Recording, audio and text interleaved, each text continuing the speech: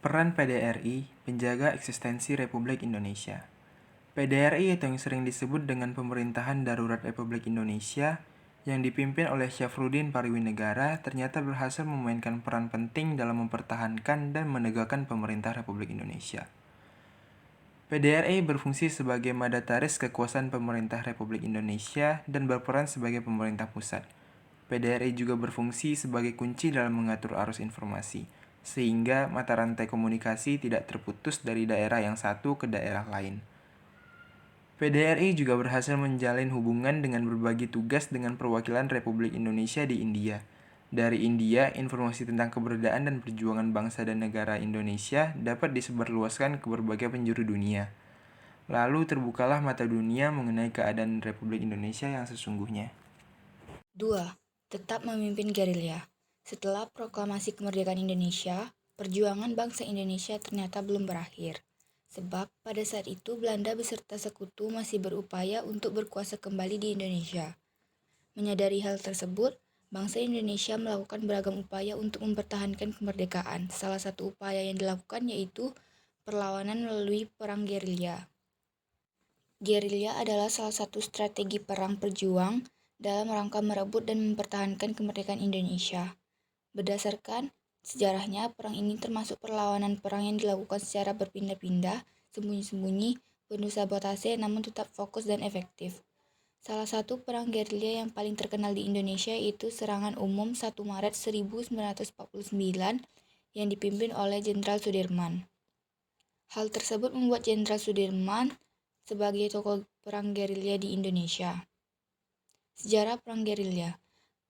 Latar belakang dari perang ini yaitu kedatangan Belanda kembali ke Indonesia. Belanda mendatangi beberapa wilayah termasuk Jawa.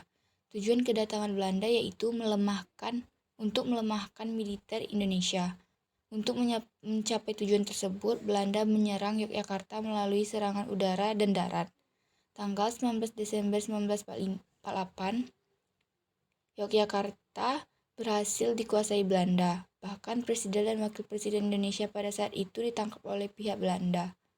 Hal tersebut membuat Jenderal Sudirman memutuskan meninggalkan Yogyakarta untuk bergerilya. Selama gerilya, Jenderal Sudirman dan pasukannya berjalan untuk berpindah-pindah tempat. Mereka berjalan melewati sungai, gunung, lembah, dan hutan. Dalam perjalanan tersebut, para pejuang juga melakukan penyerangan ke pos Belanda.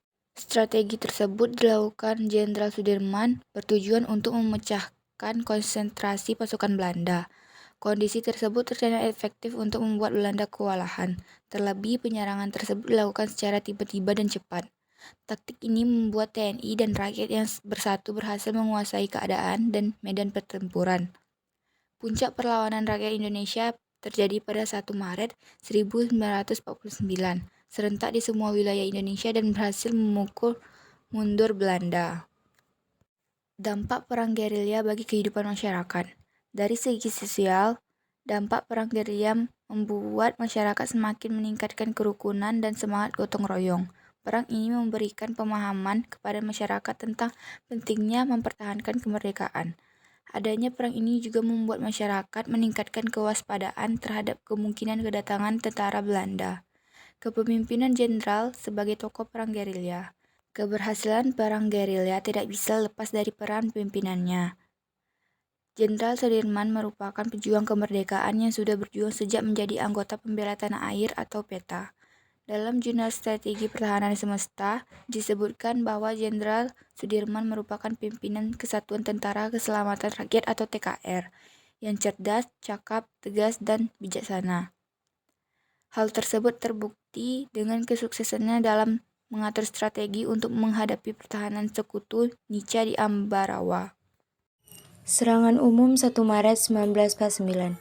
Pada saat para pemimpin ditangkap, Panglima TNI Jenderal Sudirman memimpin perang gerilya.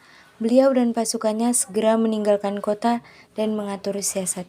Bagaimana peranan TNI setelah agresi militer Belanda II? Apakah mereka masih melakukan perlawanan terhadap Belanda? Pihak Belanda ternyata tidak mau segera menerima resolusi DKPBB. Tanggal 28 Januari 1949, Belanda masih mengakui bahwa RI sebenarnya tinggal nama. RI sudah tidak ada, yang ada hanyalah para pengacau. Sementara itu, Sri Sultan Hemangkubuwana IX lewat radio menangkap berita luar negeri tentang rencana DKPBB yang akan mengadakan sidang lagi pada bulan Maret 1949 untuk membahas perkembangan di Indonesia. Sri Sultan berkirim surat kepada Jenderal Sudirman tentang perlunya tindakan penyerangan terhadap Belanda. Sudirman minta agar Sri Sultan membahasnya dengan Komandan TNI setempat, yakni Letkol Soeharto. Segera penyerangan terhadap Belanda di Yogyakarta dijadwalkan tanggal 1 Maret 1949 dini hari. Pada tanggal 1 Maret 1949 dini hari sekitar pukul 6, sewaktu sirene berbunyi sebagai tanda berakhirnya jam malam. Serangan umum dilancarkan dari segala penjuru.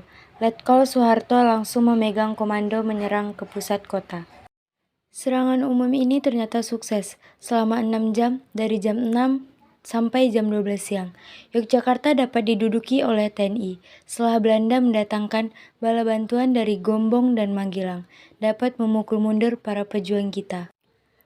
Keberhasilan serangan umum itu kemudian disebarluaskan melalui RRI Gerilya yang ada di Gunung Kidul. Berita ini dapat ditangkap oleh RRI di Sumatera, yaitu Radio Rimba Raya di Aceh, kemudian diteruskan ke luar negeri. Walaupun hanya sekitar 6 jam, pasukan Indonesia berhasil menduduki kota Yogyakarta. Namun, serangan ini sangat berarti bagi bangsa Indonesia, terutama ke dunia internasional untuk membuktikan bahwa RI masih ada, tidak seperti yang diberikan oleh Belanda. Selain mengorbankan semangat rakyat kembali, juga menunjukkan kepada dunia bahwa negara Indonesia masih mempunyai kekuatan. Pada waktu itu, di Yogyakarta ada beberapa wartawan asing yang perannya sangat besar dalam menginformasikan keadaan Indonesia kepada dunia. Perjanjian Roem-Royen adalah sebuah perjanjian antara Indonesia dengan Belanda yang dimulai pada tanggal 17 April 1949 dan pada akhirnya ditandatangani pada tanggal 7 Mei 1949 di Hotel Des Indes, Jakarta. Namanya diambil dari kedua pemimpin delegasi, Mohammed Roem dan Herman van Royen. Perjanjian ini mengubah situasi Indonesia yang sempat memanas dengan ditariknya kembali pasukan Belanda dari Yogyakarta pada tanggal 29 Juni 1949. Hal ini juga diikuti dengan pembebasan para pemimpin Indonesia yang ditawan Belanda pada tanggal 6 Juli 1949. Hasil dari perjanjian atau perundingan Roem-Royen bagi Indonesia adalah: 1. Tentara bersenjata Republik Indonesia harus menghentikan aktivitas gerilya. 2. Pemerintah Republik Indonesia turut serta dalam konversi meja bundar. 3. Kembalinya pemerintah Republik Indonesia ke Yogyakarta. Sekian. Jogja kembali. Agresi militer Belanda II menyebabkan kecaman dari PBB dan Amerika Serikat yang merupakan kekuatan besar di dunia. Dalam sejarah Indonesia modern 1200 sampai 2004, karya MC Wycliffe, Dewan Keamanan PBB menuntut pembebasan Kabinet Republik Indonesia, pembentukan dalam pemerintahan sementara dan penyerahan kedaulatan secara penuh kepada Indonesia sebelum 1 Juli 1950. Tuntunan dari PBB dan Amerika Serikat diterima oleh Belanda dan Indonesia dengan mengadakan perjanjian Roem-Royen pada 14 April 1949 sampai 7 Mei 1949. Perjanjian yang dilaksanakan di Hotel Indes Jakarta ini menghasilkan kesepakatan gencatan senjata antara Indonesia dan Belanda serta pengembalian kekuasaan ibu kota Yogyakarta kepada Indonesia. Selain itu, Belanda juga mengundang Indonesia untuk menghindari konferensi meja bundar yang akan digelar pada tahun akhir 1949. Hasil perjanjian Roem-Royen ini dinilai sangat lamban sampai akhirnya menghadirkan Bung Hatta dari pengasingan di Bangka dan Sri Sultan Hamengkubuwana IX. yaitu Sri Sultan Hamengkubuwono IX menegaskan dalam perundingan bahwa Yogyakarta adalah bagian dari Indonesia yang siap membantu mempertahankan kemerdekaan. Hal lain yang memperkuat Yogyakarta bisa kembali ke Indonesia yaitu dari hasil perundingan tiga pihak antara WFO atau Majelis Konsultan Federal Indonesia Belanda yang diawasi PBB. Ketiganya menyatakan bahwa Belanda harus menarik mundur pasukannya sejak agresi militer 19 Desember 1948. Kemudian ketika insiden serangan Omeom 1 Maret 1949, dunia internasional meyakini bahwa RI dan TNI masih ada meskipun pihak Belanda mempropagandakan sebaliknya. Setelah cukup lama berunding dan sampai pada puncaknya di 29 Juni 1999, kota Yogyakarta mulai bersih dari kawanan tentara Belanda yang berhasil dipulangkan. Sejarah peristiwa Yogyakarta bukan hanya memiliki warga Yogyakarta, melainkan diklaim bagi seluruh rakyat Indonesia.